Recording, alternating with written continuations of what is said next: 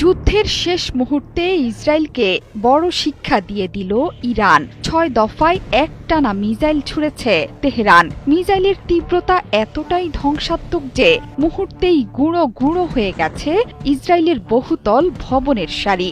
ধ্বংসস্তূপের নিচে আটকে পড়ে বীরশেবা শহরে ৪ জন ইসরায়েলির মৃত্যু হয়েছে তাৎক্ষণিক।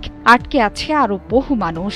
ইসরায়েল ভেবেছিল আমেরিকার সাহায্যে দিনের পর দিন ইরানের সাথে সংঘাত চালিয়ে যাবে, কিন্তু আদতে সেটি সম্ভব হয়নি। ইসরায়েলের যুদ্ধের ক্ষমতা কয়েক দিনের মধ্যেই শেষ হয়ে যায়। এতে জোর করে আমেরিকাকেও টেনে এনে ফাঁদে ফেলেছে তেল আবিব। শেষ মুহূর্তে মার্কিন ঘাঁটিতে ইরানের আঘাতের পর একরকম আকুতি জানিয়ে ইরানকে যুদ্ধবিরতিতে রাজি করিয়েছেন মার্কিন প্রেসিডেন্ট ডোনাল্ড ট্রাম্প।